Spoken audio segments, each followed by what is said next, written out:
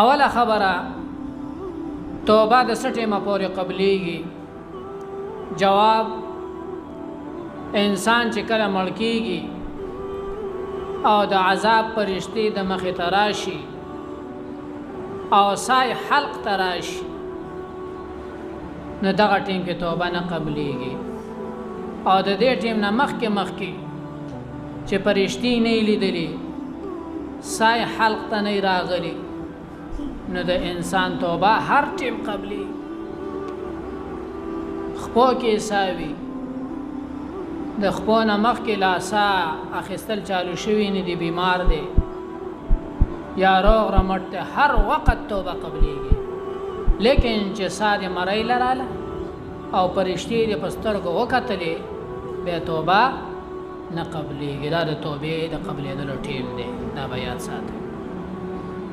هیڅ توبه به نه قبل ځکه به د آخرت هغه کار چالو شو، دنیا د ختم شو. دیم سوال ګناهګار سره بغیر توبې مړ شو جنت ته بځي کنه بځي؟ سیوا د کافر او مشرک نه باقی ګناهګار بخپل ګناه سزا وسکی تمیلاو بشي سزا بیا به جنت ته ځي غینه بعد.